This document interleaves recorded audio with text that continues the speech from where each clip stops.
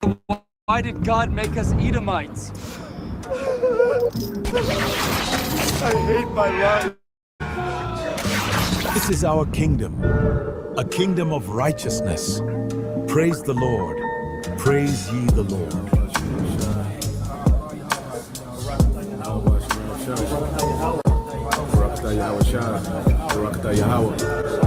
Why did God make us Edomites? God hates us. The only deliverance the other nations are going to get is deliverance right into slavery.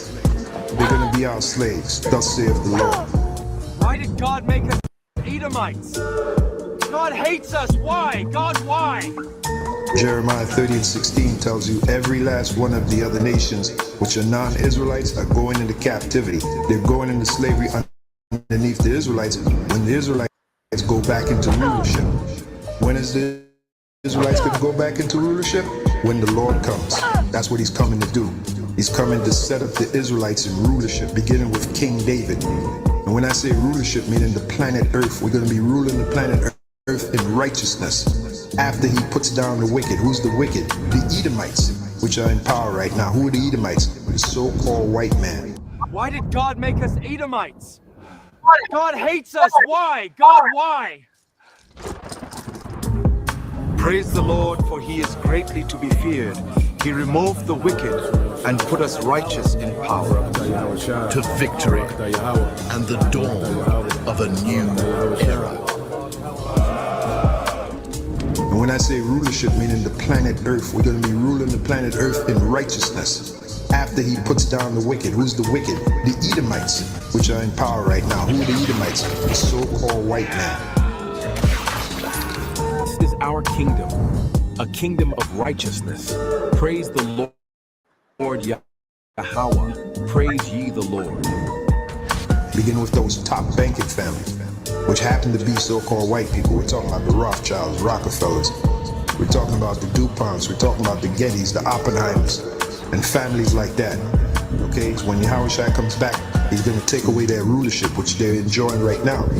That's the long and short of it, of this ministry, man. Pace, James. I need 200 pounds by sunset. Yes, sir. I'm on it, Master. Why did God make us Edomites? I hate my life.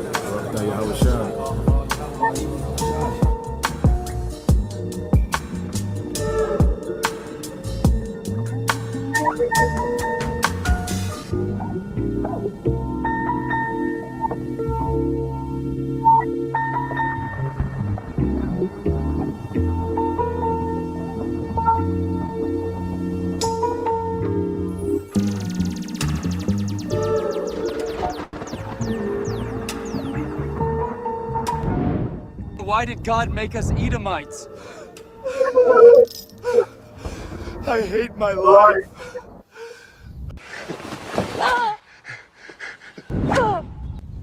Praise the Lord, for he is greatly to be feared.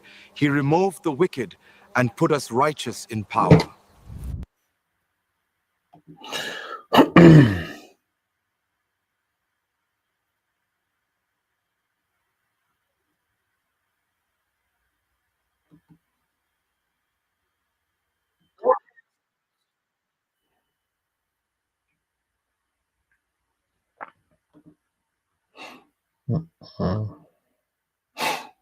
All right.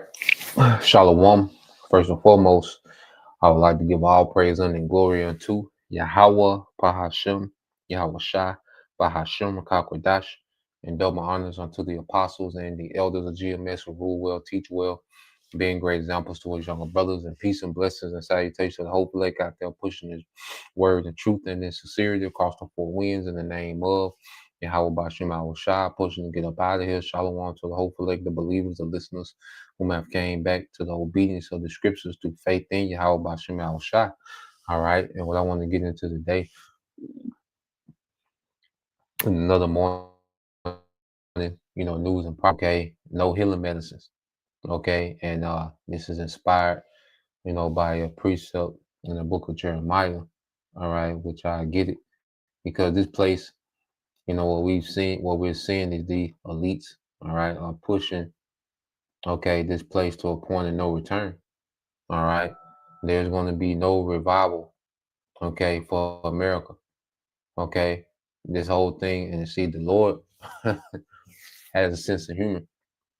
Okay, because under the banner of "Make America Great Again," this place is being dismantled. All right, you people had your hopes up. Okay, as if, all right, Donald Trump, okay, was going to be this saving grace, okay, for America. You see, in your mind, people thought we were back. Just the atmosphere. When Donald Trump was elected, okay, when he was voted in, so-called voted in, the atmosphere was that we're back. Okay, the MAGA supporters was in a frenzy. All right, niggas, had rallied behind Trump, all behind the banner of reviving America. All right, but you here now, all right, 11 months later, okay, this place is being completely dismantled. Okay, you have a government shutdown, the job market is collapsing. Okay, war with every goddamn body, ICE troops. Okay, in the cities. Okay, and it's been the complete opposite of what you people intended and thought. Okay, when Trump, took office. Okay, showing you that the Lord, all right, has a sense of humor. Okay, so what we're seeing, when you go to Jeremiah 51:8, said, but suddenly Babylon too has fallen.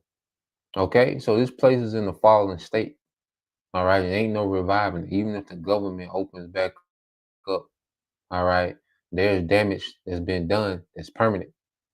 Okay, and these devils gonna have another scheme. All right, another psyop. Okay, another gimmick to bring this place down some more. Okay, they know exactly what they're doing. They know exactly what this does to the economy with the government not functioning. That's why you have, you know, specific, parts, all right, that are not functioning. They get to deem what's essential and what's not essential, and they get to deem who they want to furlough, who they want. They get to decide that. Okay, no retroactive pay for some. They are deciding all that. Okay, you don't think they understand that people's bank accounts, all right, their savings are being, all right, depleted. Okay, you see, when they bring in this new world order, they want to have all the leverage. They want you people to be completely desperate, man. Okay, so they're going to continue this economic war of attrition. And to you, you think that it's, the Republicans and Democrats having a disagreement. No, these are the elites pushing, all right, an agenda, okay, of an economic warfare of attrition on the masses. It said, weep for her, give her medicine. Perhaps she can yet be healed. Okay. So this mindset and what you're seeing when people are crying about their situation, they're weeping and hoping that Babylon is healed. People are weeping for her. You look at these people and crying about this. The woman, the Northern Kingdom woman saying she's losing 20 pounds a month and she don't know what to do. And she's weeping. She's hoping that this place can be healed. You know, and Esau gonna present that sea help as a healing medicine. Okay, so verse 9 it said, we will have helped her if we could, but nothing can save her now. It's over. This shit is over. Okay, the American ideal, the American project is over. It's complete. Now they're shutting the project down. Okay, now they're closing up shop. The elites are closing. They're folding America up like a picnic table, man. Okay, piece by piece, part by part. You see, it says we will have helped her if we could, but nothing can save her now. Let her go, abandon her, return now to your own land, for her punishment reaches, all right, her punishment reaches to the heavens. It is so great, it cannot be measured. All right, so nothing can be done for this place. All right, and as you can see, tourism, all right, is declining. Okay, as you can see, people leaving the states for good is on the increase. Okay, so everything, all right, that we see happening is all due to prophecy, man. Okay, because people from afar on the outside looking in, they can see, okay, America not it. This is not the place anymore.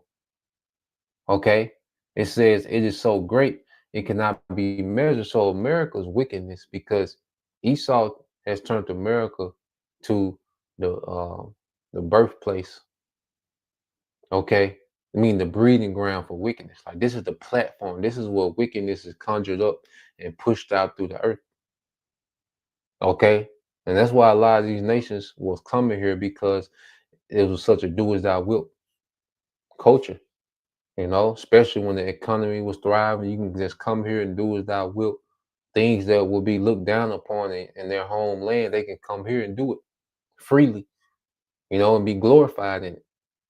Okay, and then you look at the atrocities. We talked about how, you know, uh, we talked about how, oh yeah, we went to the other day, like the opium. Okay, how Esau has flooded China with opium, and these American families, these Edomite American elite families, got rich off of that. Okay, and they're just with the opium. They did the same thing with heroin, with cocaine.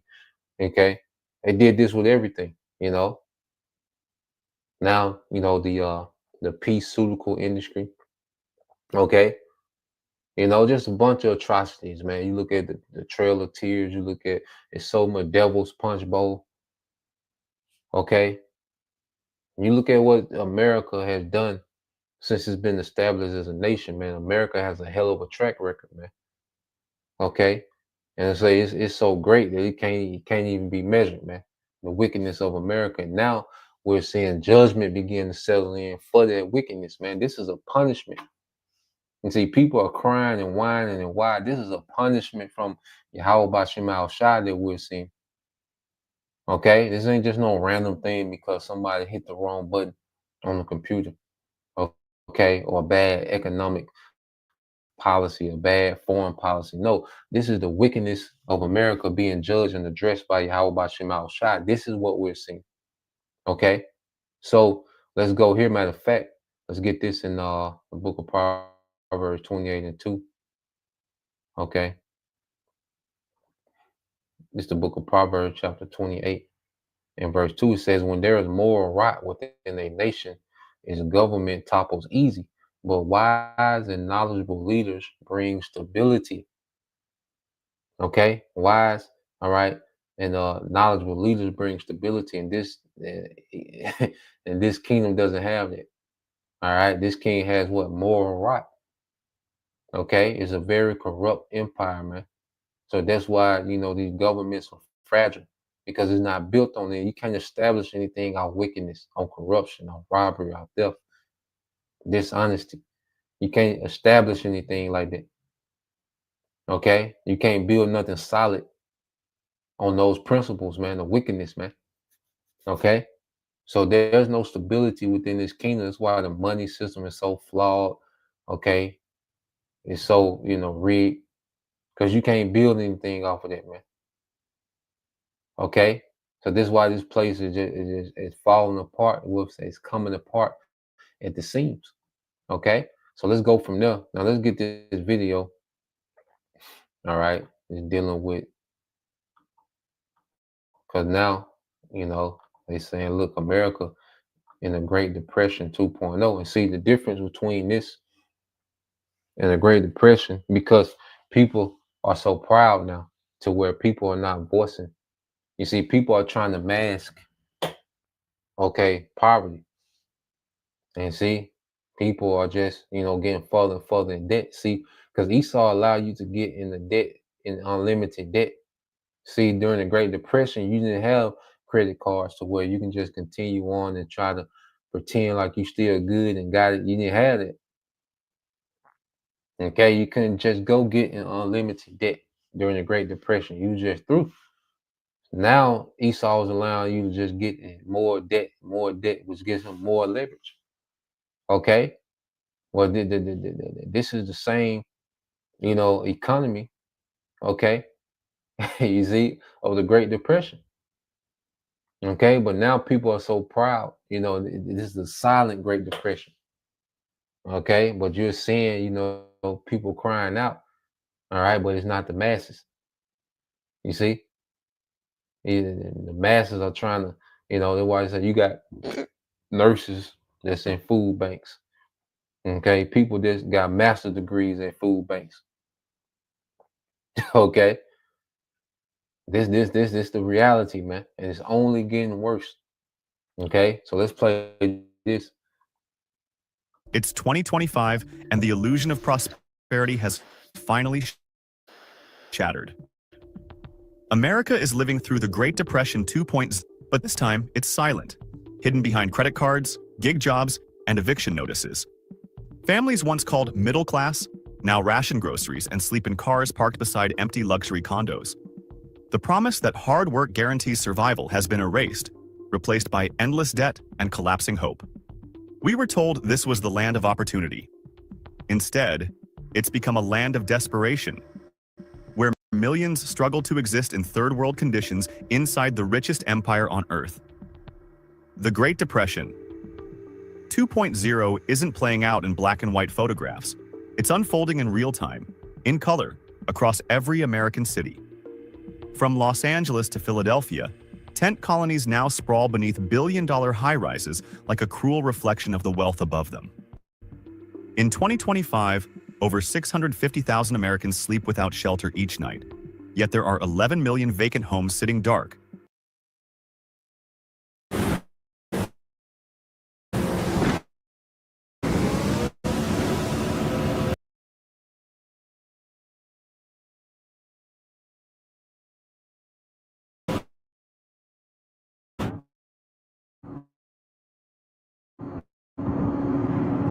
Held by hedge funds and speculators waiting for prices to rise. This isn't coincidence, it's arithmetic. The average rent for a one-bedroom apartment has surged to $1,870, while the median wage limps behind at $27 an hour, barely enough to cover survival, let alone savings. To qualify for that tiny apartment, a tenant now needs proof of nearly $65,000 in yearly income and several $1,000s in deposits. For the 78% of Americans living paycheck to paycheck, that barrier might as well be a concrete wall. Families earning $50,000 a year are forced to spend more than half their income just to stay indoors. A single missed paycheck or medical bill can send them straight to the curb. Drive a few miles outside any downtown skyline, and you'll see what economists politely call housing insecurity, and what ordinary people call hell. RVs lined along curbs, families washing in public restrooms, workers napping in parking lots before their second shift. These are not the unemployed. These are nurses, warehouse workers, even school teachers. In the new America, poverty wears a uniform. Politicians boast of a 3.9% unemployment rate, yet ignore the 40% rise in part-time labor and the explosion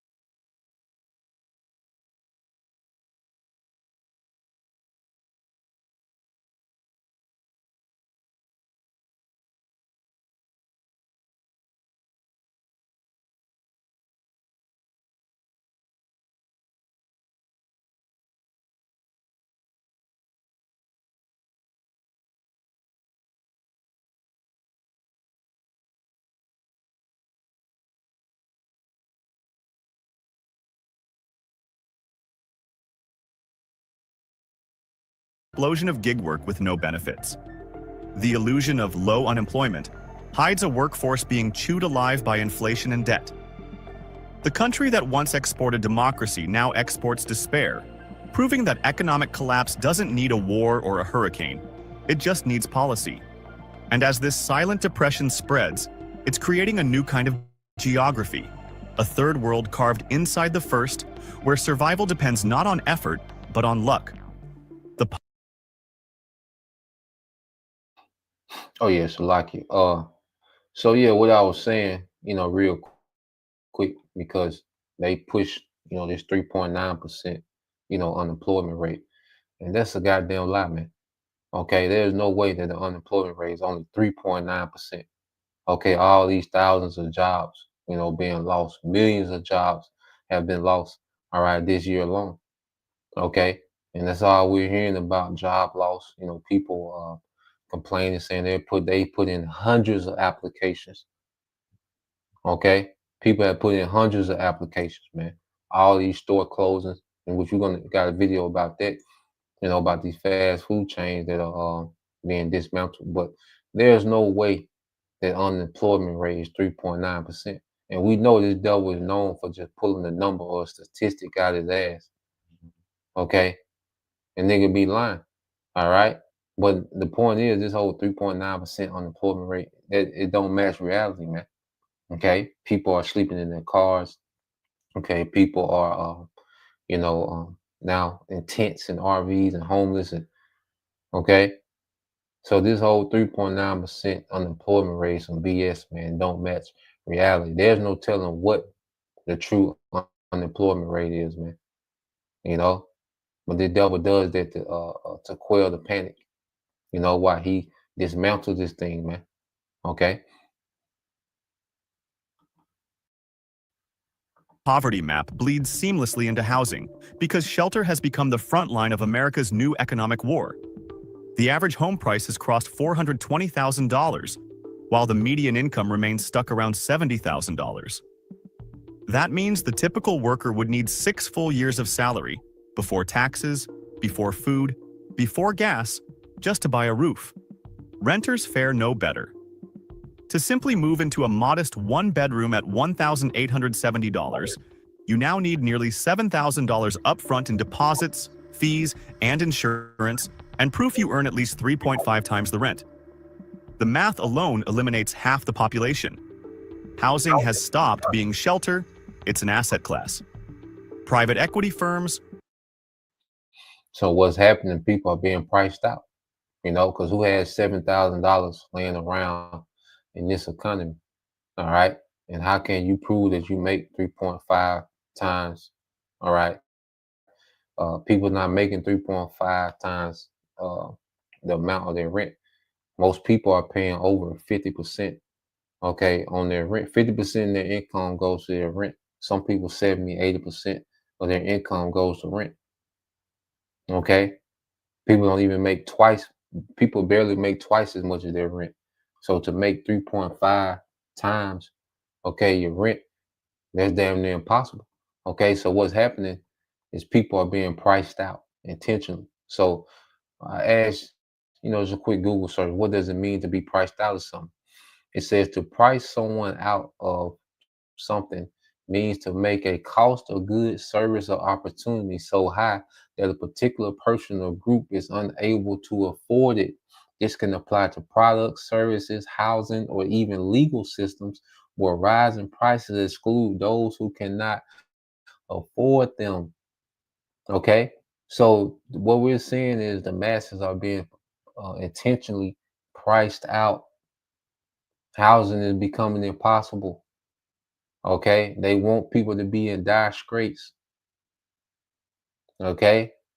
They want to set the stage. All right. To present. All right. This technocracy. Okay. As a hero. Okay. Which this includes the C-HIP. All right. So what we're seeing intentionally is people are being priced out. All right. The Republicans and Democrats are not, all right, having these long meetings and discussions trying to figure out, okay, what to do about the economy. What's the next move? No, this place is done. Okay. The old world is finished. The old world that you people love so much. Okay. And that you cherish and that you worship. All right. The beast. Okay. That old world is done. You see, they're setting the stage for this new world, this new order. Okay, so ain't no healing in old America that you people love. You're being priced out, okay, of living. Okay, they making it to where you can't afford to live intentionally, man. You see, so your hopes of some type of economic rebound, all right, is over. Okay, so let's let it play some more. And then we're gonna segue to Foreign investors and corporate landlords now own entire neighborhoods, converting homes into permanent revenue machines. Every rent payment is an invisible tax flowing upward. Billions a month extracted from working people who build the very cities they can't afford to live in. It's legalized eviction by spreadsheet. Behind the statistics lies a quiet extinction of autonomy. Homeownership once symbolized stability. Now it marks the boundary between freedom and servitude. When mortgage interest hits 7.2%, the dream of buying collapses. The median American household would need $110,000 annually just to qualify for an average home loan. Only 12% of renters will ever cross that line. The crisis doesn't end at affordability. It feeds into infrastructure rot. While investors flip condos for profit, 17 million homes nationwide suffer plumbing, wiring, or structural decay. Rural regions see collapsing water systems. Urban cores face record evictions. Yet the response is always the same. Build more luxury towers for the rich, while ordinary Americans are pushed into RVS, basements, and parking lots. This is not a housing shortage, it's a housing capture. The product isn't property, it's desperation. Every lease renewal, every rent hike, every deposit demand is a reminder that survival itself now comes with a price tag. What was once the foundation of the American dream has become its gravestone. And as housing becomes unattainable for the majority, the illusion of middle-class living officially dies, paving the way for a society where even existing requires permission. paving the way for a society where existing, all right, requires permission. Paving the way for a society where existence, all right, requires permission. Okay? The MOTB system. You can't buy or sell. All right? Esau is making to where you got to come to him to exist. You got to go directly through him to exist. This is what's being rolled out. He said the product is desperation now. You see, let's play it back. He said the product is desperation now. Okay, let's go back a few seconds. Americans are pushed into RVS, basements, and parking lots. This is not a housing shortage, it's a housing capture. The product isn't property, it's desperation. Every lease renewal, every rent hike, every deposit demand is a reminder that survival itself now comes with a price tag. What was once the foundation of the American dream has become its gravestone. And as housing becomes unattainable for the majority, the illusion of middle-class living officially dies, paving the way for a society where even existing requires permission. Once survival itself costs money, sickness becomes a death sentence. The housing crisis bleeds directly into healthcare because both are controlled by the same extraction machine. In 2025, the average emergency room visit in the United States cost $2,900 compared to $6 in Thailand or $12 in Mexico. It is crazy work, man, for the richest country in the world. So what costs you $6 in Thailand costs you $2,000 here in America, man, because America is nothing but crooks, man. All right, the billionaire. That's why, the billionaire hike. That's why the billionaires went from 13 to 3,000.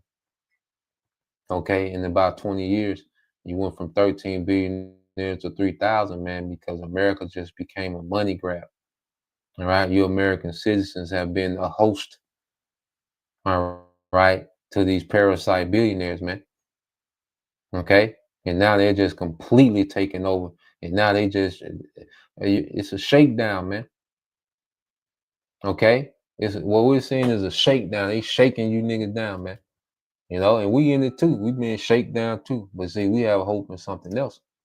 Okay? They can have this shit, man. You can have the regular ass kingdom, man. Okay? We don't have a hope of this place being healed. Okay? Hey, we rejoice in this place falling, man. Even as we lose things in it, we rejoice in this place, falling. Okay?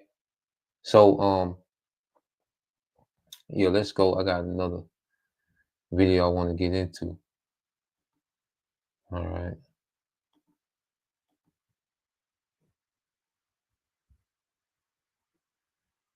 Let's see here. Matter of fact, let's get this real quick. Isaiah 30:3. It's gonna come out a lot too. Certain precepts. Hey, this is Isaiah 30. All right, this is Isaiah 30:3. This is in the NLT. It says, "But by trusting, all right, Pharaoh, you will be humiliated." Okay, sleeping in a car. Okay, you trusted in this system. Now you sleeping in your car. All right, you taking baths. Okay, at the park.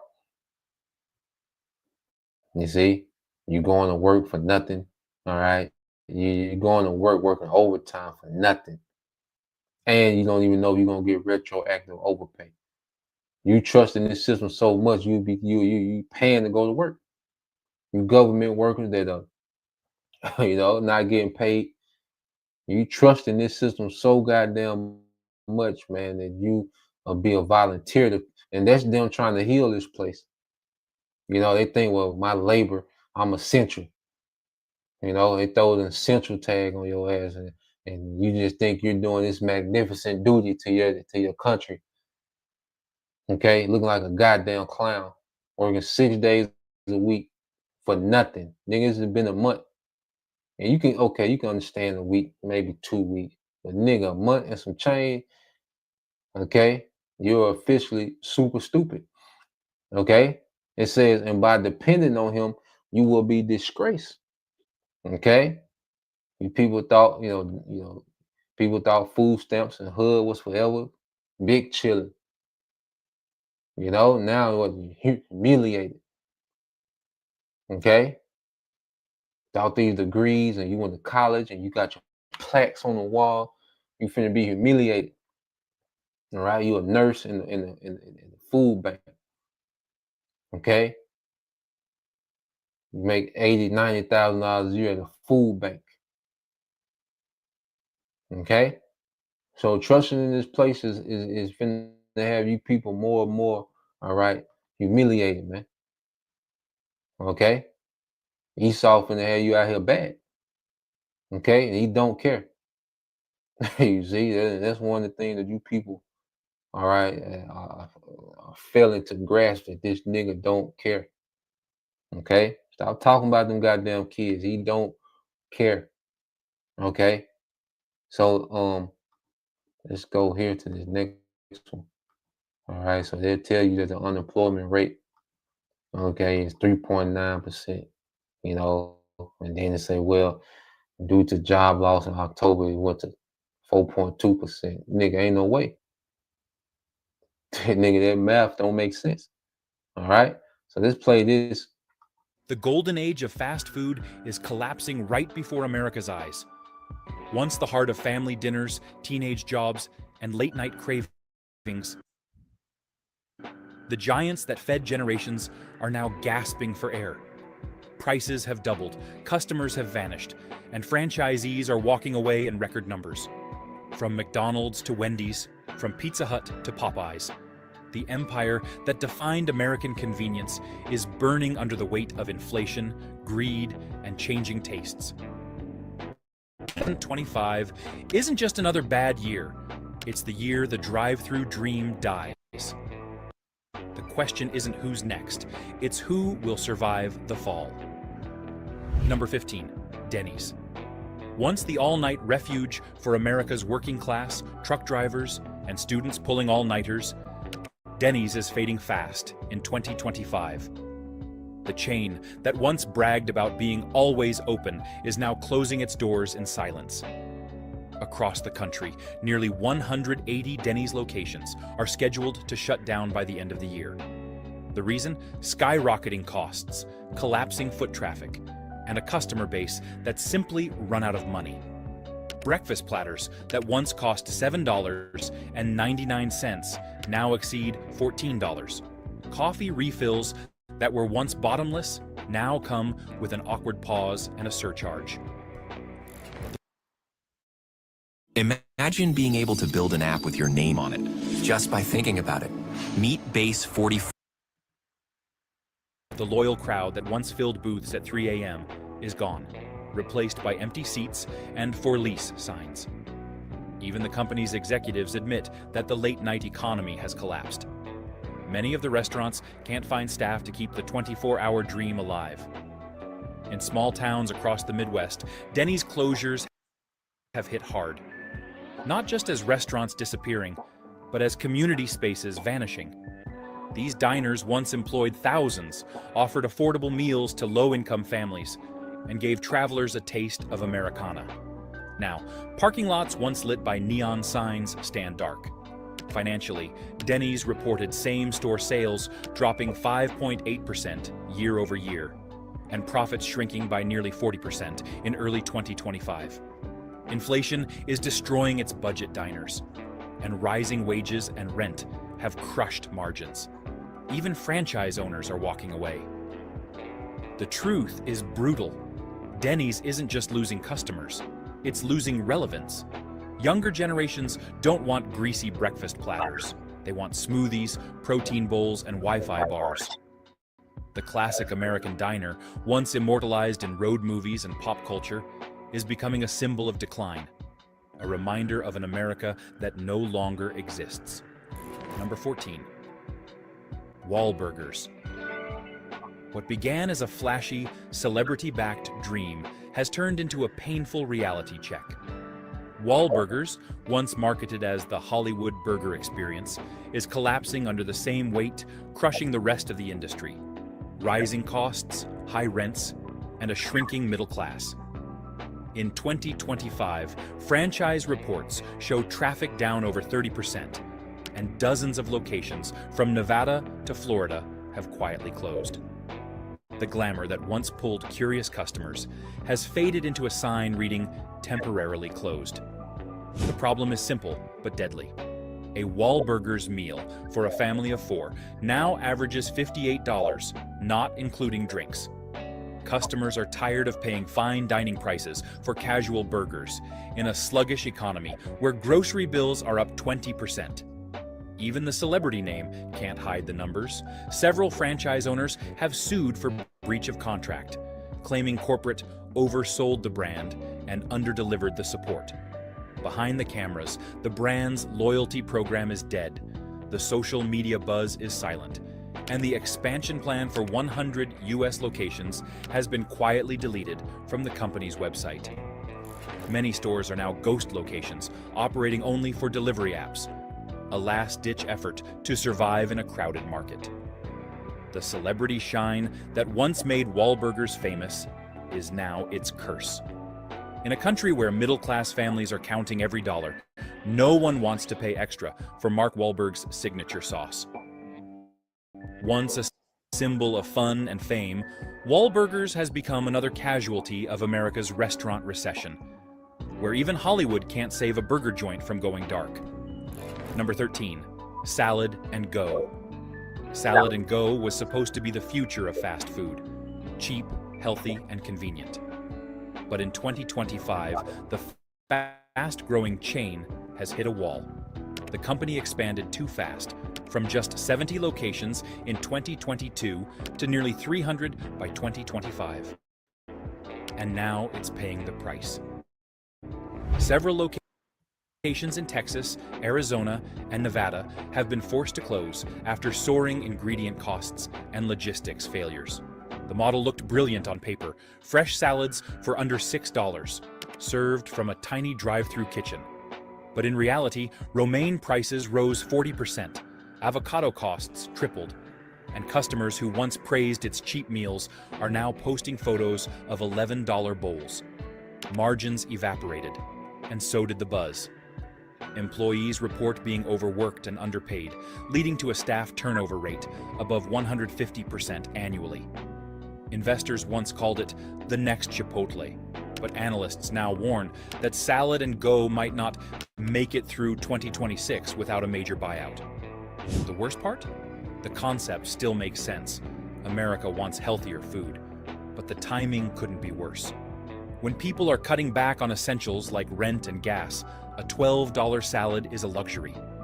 So, what was once a feel-good startup is now a painful lesson in economic reality. You can't build a nation of healthy eaters when half the country can't afford lunch. Number 12, Boston Market. Boston Market was once the comfort food darling of America. Rotisserie chicken, mashed potatoes, and gravy that felt like home. Today, it's a corporate horror story. Yeah, man, and it goes on and on. But just to show you, oh, okay, what's trending, okay, and how, the middle class shrinking. This is part of their ripple effect, okay, because he kept mentioning how the middle class doesn't have, that excess or disposable income that they once used to have, all right, to spend money on the fast food, on restaurants, on dining, especially as their prices have increased, and their prices have increased because of what? Tariffs, okay, the inflation, all right, things cost more for them, so their cost is pushed on to, okay, the public, all right, and the public is catching hell, so it's all a ripple effect, and it just plays into, all right, uh the controlled demolition, okay, that we're seeing. All right, you have what, Hollywood, okay, losing money. All right, it says yes, Hollywood is in fact. It said yes, Hollywood is facing significant financial challenges, including lower profits, declining box office revenue in some years. All right, and eroding global market share. Throughout the overall financial picture is complex. All right, it said though the overall financial picture is complex, factors like the 2023 strikes, a shift to streaming, increasing competition, all right, for international markets, and rising production costs have contributed to the difficulties, man. So, it's so many industries, that's being affected because the middle class is the driving force behind these industries, man. Okay, when it comes to Hollywood, sports, because who fills those arenas? Middle class. Who makes these movies? Okay, all right. Who pays? All right, to go see these movies is middle class. Okay, so the driving force of consumerism, okay, that make these industries go, the restaurant business, okay, restaurant industry, travel industry, okay, or they call hospitality industry. Well, it's all the middle class, and see, the middle class is in survival mode. Okay, so they don't have the money, okay, to splurge on entertainment like they once did, because everyone's being pushed to survival mode, man. Okay, so what we're seeing, all right, is this place, okay, being broken down. Okay, and ultimately it's the Lord that has the spirit on the elites to do this, because the Lord wants to bring suffering. Okay, matter of fact, let's go here to Isaiah. Jeremiah. Let's go to Jeremiah. Okay, you get Jeremiah. Okay, 50. All right, and the Lord is beginning to visit this place. Okay, and it's beginning with what? With poverty. Okay, how do you break people's pride? Poverty is going to be a huge humbling. Because people have been able to, splurge and play rich, and now, all right, the Lord has everyone in survival mode. Okay. It says, Jeremiah 50:29 said, call together the archers against Babylon. And while pain and suffering is increasing and poverty, okay, then eventually poverty gonna be mixed with violence. Okay. So while all this is happening, the Lord has these nations preparing a nuclear arsenal. okay, to send over here and just put America out of its misery, man. It says, all ye that bend the bow camp against it round about, let none thereof escape, recompense her according to her work, according to all that she have done, do unto her. For she have been proud against the Lord Yahweh Bashem Al Shai, against the Holy One of Israel. Okay, and America has been extremely proud, okay, and rebellion against Yahweh Bashem Al Shai, against righteousness, man. They say, this do as thou wilt, narcissistic, okay, society. Everyone is self-absorbed and lovers of self. See, the Lord is bringing the suffering here, man. Okay, and you people finna lose on all fronts. You finna lose in war. You finna lose economically. Okay, any way, any loss you can think of, America's finna take a L, man. Okay, therefore shall her young men fall in the streets, and all her men of war shall be cut off in that day, said the Lord. Behold, I am against thee, O thou most proud, said the Lord Yahweh Bashim Shah of hosts, for thy day is come, the time that I will visit thee. Okay, and we in the time when the Lord is getting ready to visit this place, man. All right, he's beginning to visit. Okay, O thou most proud, man. You see? And that's going to be from the elites down to the, all right, average citizen. Okay, there's a visitation ahead, and it's beginning, you know, with the Lord putting the spirit on the elites to put hell on you people, man.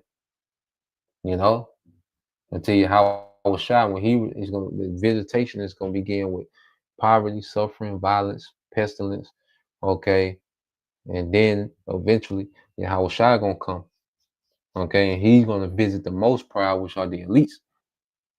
Okay, it says the most proud shall stumble and fall, and none shall raise him up, and I will kindle a fire in his cities, and it shall devour all around about him, man. Okay, so there's a visitation that's happening, man. All right, pride is being met, okay, with prophecy, okay, and pride not gonna hold up, okay, to the will of Yahweh by Shema Shai. So there was a point, you know, just wanted to get into that this morning. Lord will, you brothers, all right, and you sisters edified once again. We want to give all praise and glory unto Yahweh, Bahashem, Yahweh Shai, Bahashem, Kakodash, and double honors unto the apostles and the elders of GMS who rule well, teach well, being great examples to his younger brothers. And peace and blessings, salutations to the whole flesh. Shalom.